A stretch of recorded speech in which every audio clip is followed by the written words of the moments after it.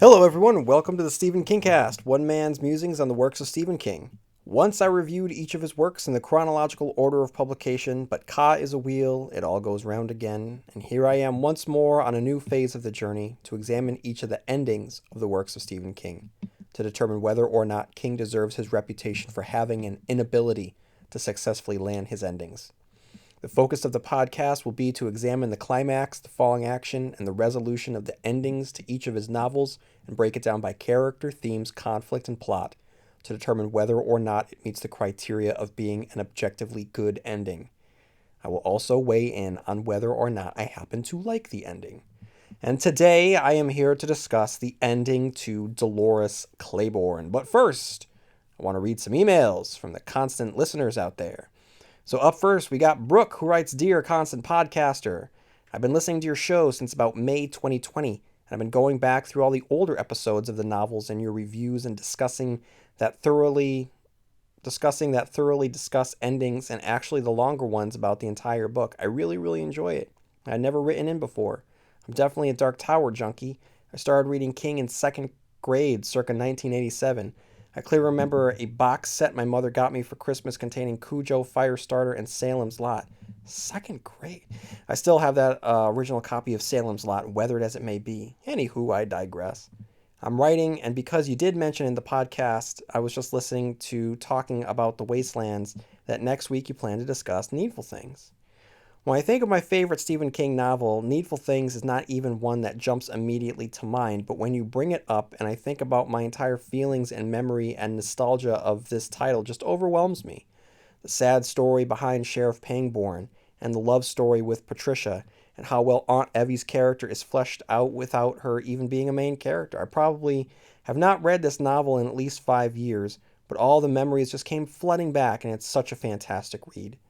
Mr. Gaunt himself from Akron, Ohio, and the havoc he wreaks upon that entire town, only to be defeated in the end by, spoiler, Alan's magic trick because he finally believes. I mean, what a foreshadowing of, spoiler alert for the Dark Tower Book 7. Spoiler alert for the Dark Tower Book 7. I mean, really, what a foreshadowing of Father Callahan's story in the Dark Tower. I have to admit that's particularly poignant to me and impressed upon me enough that Callahan actually is one of my son's 2 namesakes. That's dope.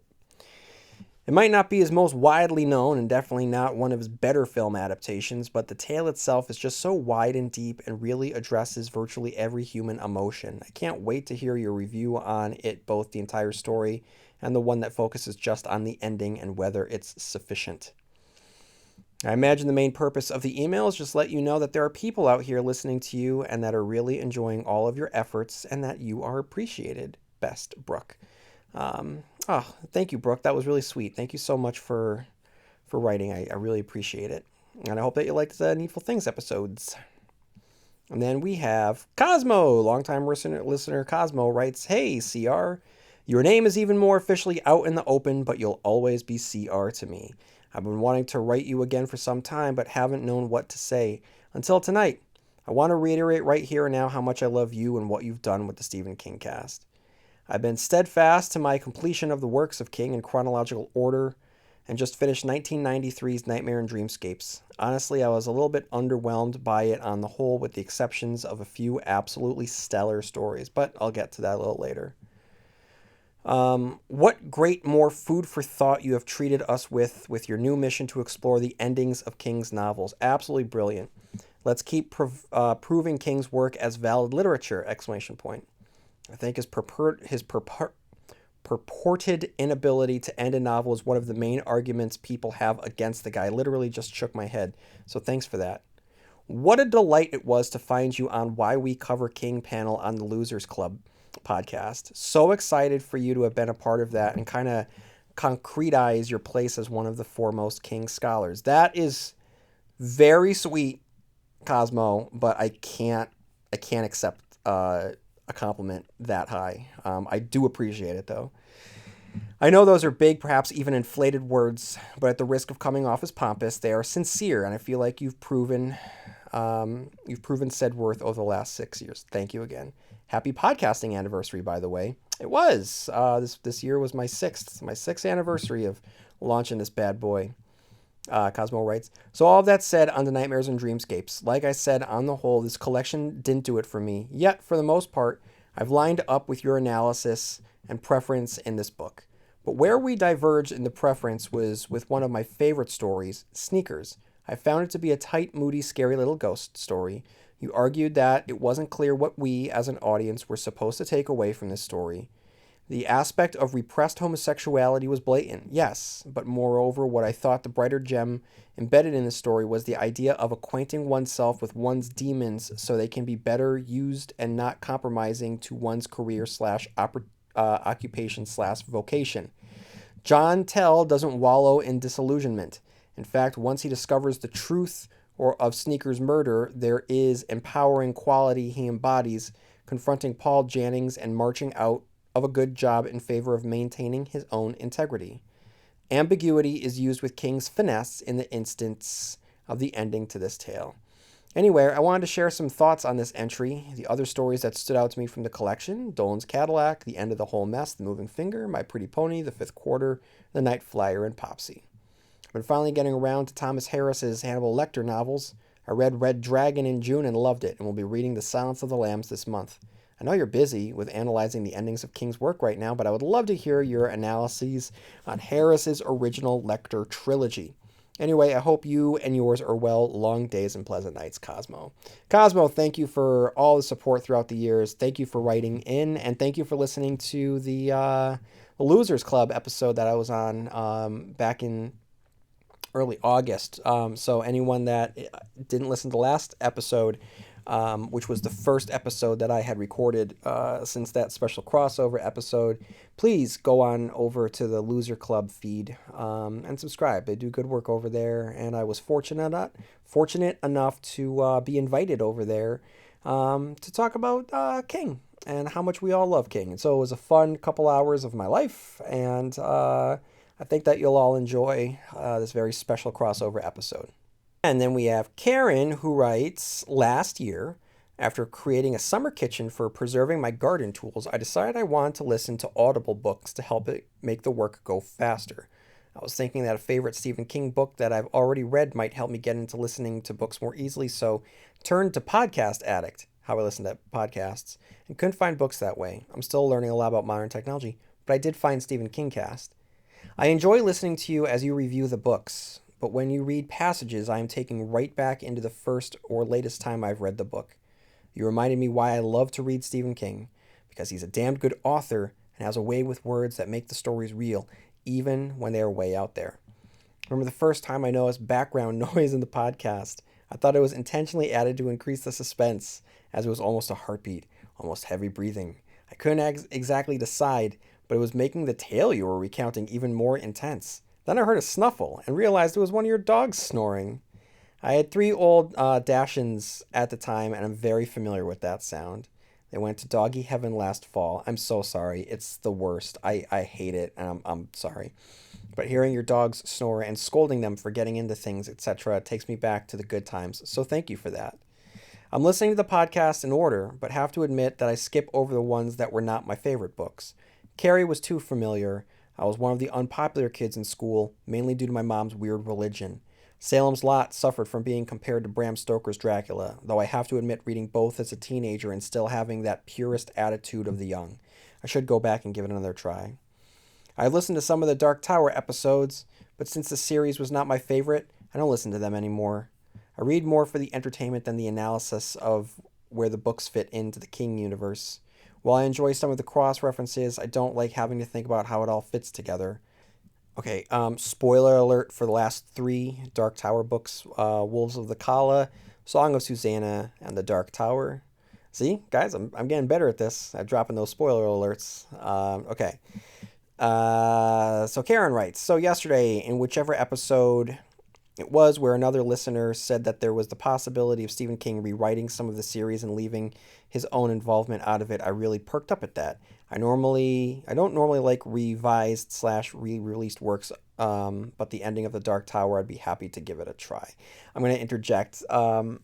So Karen is referring to an old episode at this point in which a listener wrote in and inquired about the possibility of King rewriting the books, the last three Dark Tower books, to remove a particular plot element. So there's no concrete. There's nothing concrete, and it was just speculation. I just wanted to put that out there for anyone that wasn't aware. Karen continues, speaking of which, you revised the timeline by putting The Stand at its re-release date rather than the date of original release. It was my first favorite Stephen King book. I always prefer to read an author in order so I can see the progression of their writing. The Shining scared the bejeebers out of me, my favorite chill being the topiary that creeps up on you when you aren't looking, and I didn't see the movie for a few years after its release. They are both the great works of art, in my own opinion, for differing reasons, and have influenced the horror genre as much as J.R.R. Tolkien did for fantasy. But the idea of The Stand just took hold of me. Life as we know it suddenly lost, along with family and friends, how to survive on whatever food you could find, not being able to drive a car because all the other cars were just in the way. Then if you do find other people, can they be trusted? Will they just take everything I have, rape and murder me, etc.? How to stay safe but not be left alone. That would be the greatest challenge of all. The Dead Zone and Johnny Smith's heartbreaking story really captured me, and yesterday I heard you scolding yourself for forgetting that book when making one of your top 10 lists. In many ways, it's so different from many of his other works. There isn't true horror in it. There's just the political edge. It's horrific enough. And the first real love story that just left me so sad because it was never to be. Maybe those issues are why it's easy to forget that's a Stephen King work. Christopher Walken was the best choice ever for the lead in that movie adaptation. The ice is gonna break. I liked, disliked, or just went meh, my daughter's word, over the intervening books, but it has always battled for first place with The Stand since I read it the first time. The Losers Club reminded me so much of myself and friends when I was a preteen. We even played in a Barrens-esque stretch of land between the railroad tracks and the start of our neighborhood, which was on the edge of town. Sounds like a Springsteen song. When I went to remember the good stuff of my childhood days, I reread it, though I was 12 in 74 instead of 58. To make this shorter, I won't review all of my favorites. I couldn't remember feeling the same way about Insomnia as many of the critics have stated, so I decided to read it again after listening to your episode about it, and fell in love with Ralph, Lois, Helen, and Natalie over again. And here's a suggestion for the movie adaptation. Clint Eastwood as Ralph Roberts.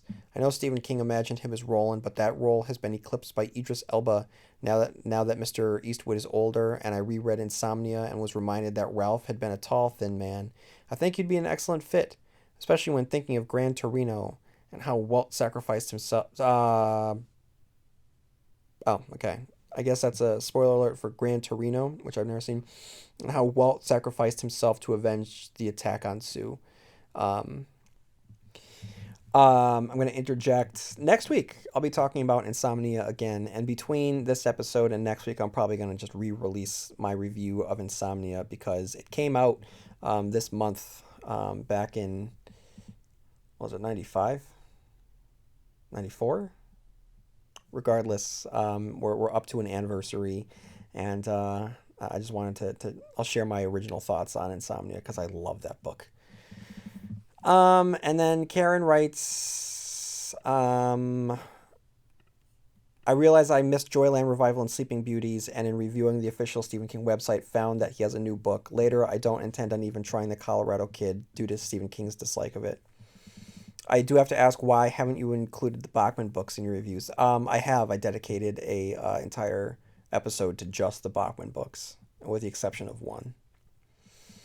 I am still listening to episodes that you recorded released in 2016, so I know you have a lot of catching up to do, though I do believe it will be in real time with you by the end of canning season this year.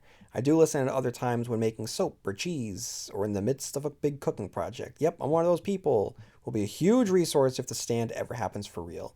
Long days and pleasant nights, Karen. Karen, thank you for writing in, and if you like The Stand, which you do, I would recommend checking out The Company of the Mad, a Stand podcast. It's a star-studded panel book club discussion that comes out bi-monthly or just monthly. And and it's really really good conversations moderated by Jason Seacrest. So I strongly recommend it. It's a good time. So it's another Stephen King podcast plug out there. I'm gonna put a pin in the emails for right now. But thank you everybody for writing in. And if you have not written in and you want to share any of your Stephen King thoughts, please write into stephenkingcast@yahoo.com, and leave a review, more importantly, on iTunes. I need those reviews. That would be really, really helpful. Okay, without further ado, let's get into Dolores. Let's talk about Dolores a little bit and talk about the ending of Dolores. But first, let me read the Wikipedia summary. Dolores Claiborne, an opinionated 65-year-old widow living on the tiny Maine community of Little Tall Island, is suspected of murdering her wealthy elderly employer, Vera Donovan. The novel is presented as a transcript of her statement due to the local constable and stenographer. Dolores wants to make it clear to the police that she did not kill Vera, whom she has looked after for years, but does confess to orchestrating the death of her husband, Joe St. George, almost 30 years before. The confession develops into the story of her life, her troubled marriage, and her relationship with her employer. She begins by describing her relationship with her employer, which began when Vera and her millionaire husband purchased a summer home on Little Tall Island in 1949 and hired Dolores as a maid. Able to cope with Vera's brutally exacting standards, Dolores rises from maid to housekeeper at the Donovan home. After her husband's death in a car crash in the late 50s, Vera spends increasing time at her island house, eventually moving in permanently. After Vera suffers a series of strokes in the 80s, Dolores becomes Vera's live-in caretaker and reluctant companion as the wealthy woman slips into dementia, combating Vera's mind games and power plays when she is lucid, and comforting her from terrifying hallucinations as a force she calls the Dust Bunnies when she is not.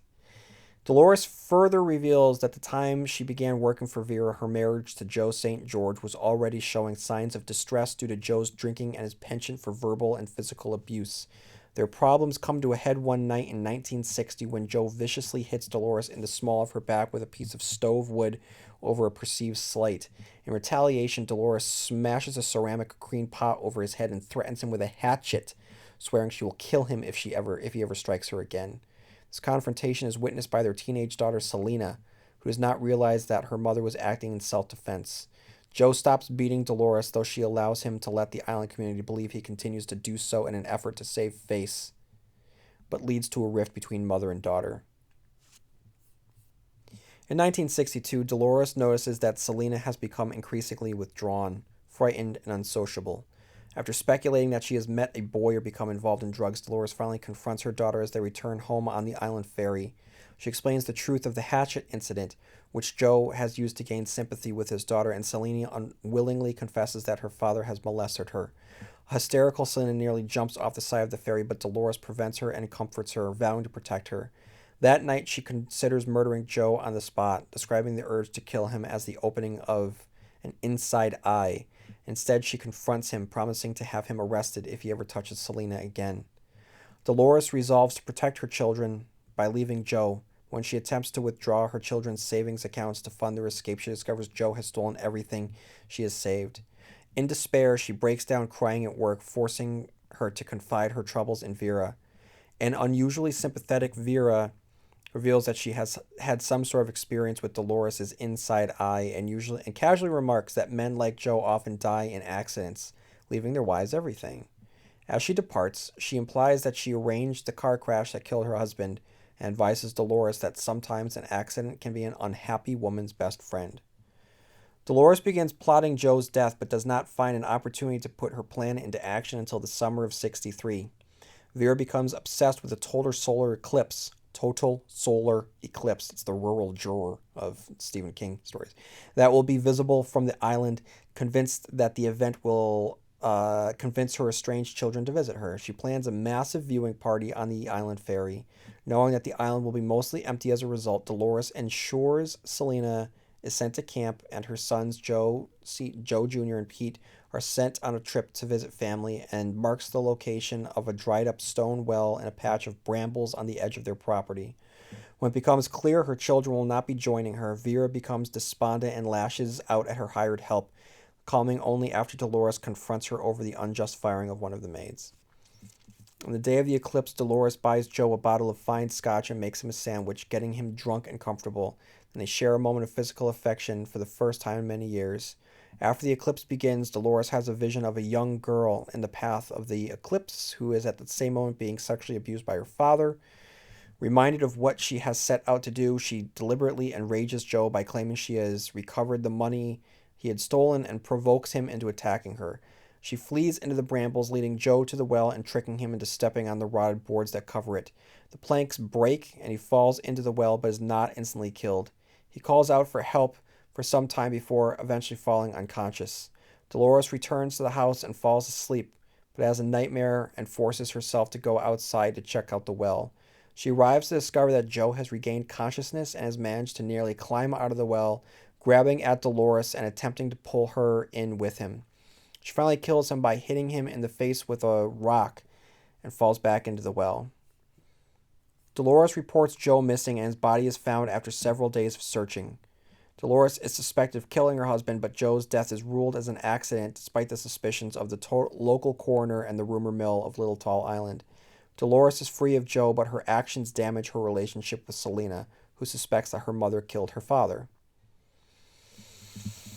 Dolores finally comes to the circumstances of Vera's death, which have led her to tell the story. She confesses that Vera, in one of her hallucinations, managed to get out of the wheelchair and fled in terror of the dust bunnies falling down a flight of stairs. As Vera falls, Dolores has a terrifying vision of Joe's ghost covered in dust. Somehow alive and lucid despite her injuries, Vera begs Dolores to help her and end her suffering. Dolores fetches a rolling pin, but Vera dies before she can use it. The incriminating scene is discovered by the local mailman, who clearly suspects Dolores of killing the old woman and forces her to call the police. That night, Dolores begins to be harassed and threatened by members of the island community who already believe she has gotten away with murder. The next day, Dolores receives a phone call from Vera's lawyer, who informs a shocked Dolores that she has inherited Vera's entire fortune, which amounts to $30 million. Dolores attempts to refuse the money in favor of Vera's estranged children. She is dumbfounded to learn that they were killed in a car crash in 1961, and Vera had spent the last 40 years of her life pretending that they were still alive. Knowing that the inheritance would have given her motive for murder and worsened the case against her, Dolores convinces herself that the only way to clear her name is to confess everything. Feeling at peace with herself at long last, she ends her statement. Several newspaper articles provide an epilogue to the story, revealing that Dolores was cleared of any blame in Vera's death and that she has anonymously donated Vera's entire fortune to the New England Home for Little Wanderers. Final article implies Dolores and Selena have reconciled and that Selena will be coming home for the first time in 20 years. All right, so let's talk about the ending very briefly to Dolores Claiborne. So we're going to talk from the murder of Joe onward, because that's the climax. It's the murder of Joe. The following action is the truth about the death of Vera, and the resolution is the inheritance and the weight off of Dolores' shoulders. She is now free from Joe and free from Vera's torment. What's the criteria for a good ending? If we're talking about the ending here, what's the criteria? The first question I'm going to ask is this. Does it provide an appropriate conclusion to its characters that are... Does it provide an appropriate conclusion to its characters that is consistent with the characters' actions, conflicts, or themes of the book? Received an email recently from Mike, who pointed out a flaw, and he's absolutely right, and I'm upset at myself that I hadn't caught it. Does it provide an appropriate conclusion to its characters that is consistent with the characters' actions, conflicts, or themes of the book? Much like Gerald's Game was, this is an incredibly intimate novel, not in terms of physicality, but in terms of how deeply we are entrenched with the character herself. We're with Dolores every step of the way, from the realization that her husband has been molesting their daughter, to the plotting of his murder, to the day of the eclipse and the fallout from it. I mean, we are with her when she realizes that the fall did not kill him. Things just aren't that easy, so she has to do the job the hard way. We're with her when she has to be active in that murder. We're with her in the police station. We're with her at the bottom of the stairs with Vera. As a reader, I want Dolores to be innocent of the suspected murder of Vera. And if we take her narrative as truth, then she is innocent, and it's well earned from a character standpoint. Next question, does it successfully wrap up the plot? Specifically, do the events build upon one another with consistency? We had two mysteries in this book. What happened the day of the eclipse and what happened to Vera? And both are wrapped up nicely. From a plot perspective, yes, they build upon each other with consistency. It's a good resolution. Does the conclusion serve the theme, the symbolisms, the motifs? Okay. Molestation occurring during, not occurring during, sorry, that, I'm getting it confused for a second with Gerald's game, getting the wording confused with Gerald's game. Okay, the eclipse plays into this. In Gerald's game, the eclipse is a symbol for the ending of Jesse's innocence and having her childhood and her dreams and the safety that a father should provide all taken away, and her future, the path that she should have been gone down, has been taken away, in essence, because the sun goes out. The sun itself goes out because of something so horrible. And here the sun goes out, except now it is for Joe. The sun goes out for Joe. Dolores is the eclipse. It comes for him. So yes, I believe that this image, stands in for this murder, and that it poses Dolores as this force of nature, something so strong that can block out the sun, that which gives life. And I think that that's a very, very powerful image. And you can't help but think of Kathy Bates, right? It's a perfectly casted character, actress for the movie adaptation. So yeah, I would say from a thematic standpoint, it definitely fits. And then what's the most famous scene in the novel? Does it appear in the conclusion? I would say the well, falling down the well, and it does. Are there other factors that we need to consider? It's basically a one-hander. It's so much, it's such a character piece. It's character driven, not plot driven, though that mystery is woven into it, and it is the latest entry in King's exploration of the female perspective. We've been getting this with Gerald's game. We get it with Dolores Claiborne. We will get it with Rose Madder. So he's on this streak right now where he is really trying to be empathetic towards a perspective that he himself, by nature, cannot fully ever truly understand. And it's quite admirable, and he does it really, really well. And he doesn't fumble at the ending with this.